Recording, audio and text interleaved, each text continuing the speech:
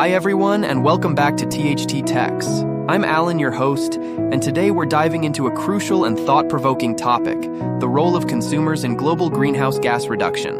And joining me today is my good friend John. Hey John. Hey Alan, thanks for having me. This is such an important topic, and I'm really excited to discuss it with you. Same here, let's jump right in. When we think about reducing greenhouse gas emissions, we often focus on governments and industries. But consumers? They play a massive role too. What's your take on that, John? Absolutely, Alan. Consumers are a huge part of the equation. Every choice we make, what we buy, how we travel, even how we dispose of waste, has an environmental impact. Collectively, these choices can either contribute to emissions or help reduce them. Exactly. And it's not just about individual actions. Consumer demand drives industries. When people prioritize sustainable products, companies are pressured to adopt greener practices.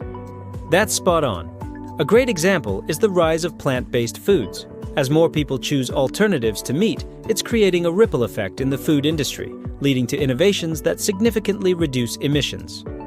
I love that example. And it's not just food. Think about transportation, electric vehicles, public transit, cycling. When consumers choose these options, they're directly reducing emissions and encouraging governments to invest more in sustainable infrastructure. Right. And let's not forget energy. By opting for renewable energy at home, like installing solar panels or choosing green energy providers, consumers can make a substantial impact. Totally agree. But John, let's be real. Living sustainably can feel overwhelming. What do you think stops people from making greener choices? Great question, Alan.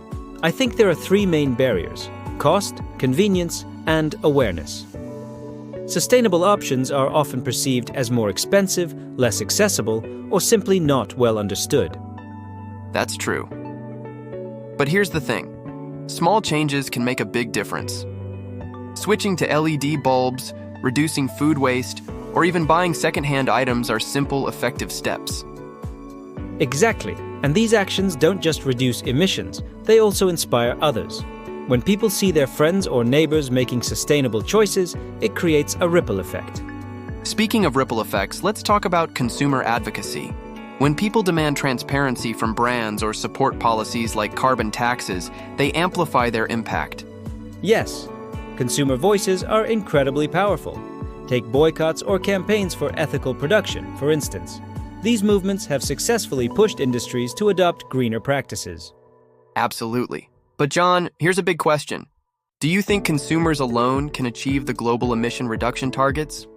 That's a tough one, Alan. Consumers are essential, but they're just one piece of the puzzle. We need collective action, governments setting policies, industries innovating, and consumers making mindful choices. It's all interconnected. Well, so it's about teamwork on a global scale. But I believe that every individual contribution counts. Imagine if millions of people took one small action each day. It would add up to something incredible. Exactly, Alan.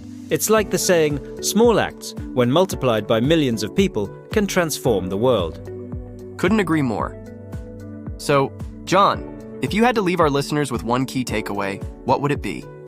I'd say this: your choices matter. Every purchase, every action, every decision you make can help shape a greener future. Don't underestimate the power you have as a consumer. Beautifully, John. And to all our listeners, thank you for joining us on this episode of THT Techs. If you found this discussion valuable, don't forget to hit like and subscribe to our channel. Together, we can make a difference. Absolutely. Stay tuned for our next episode, where we'll dive into more impactful and inspiring topics. See you soon.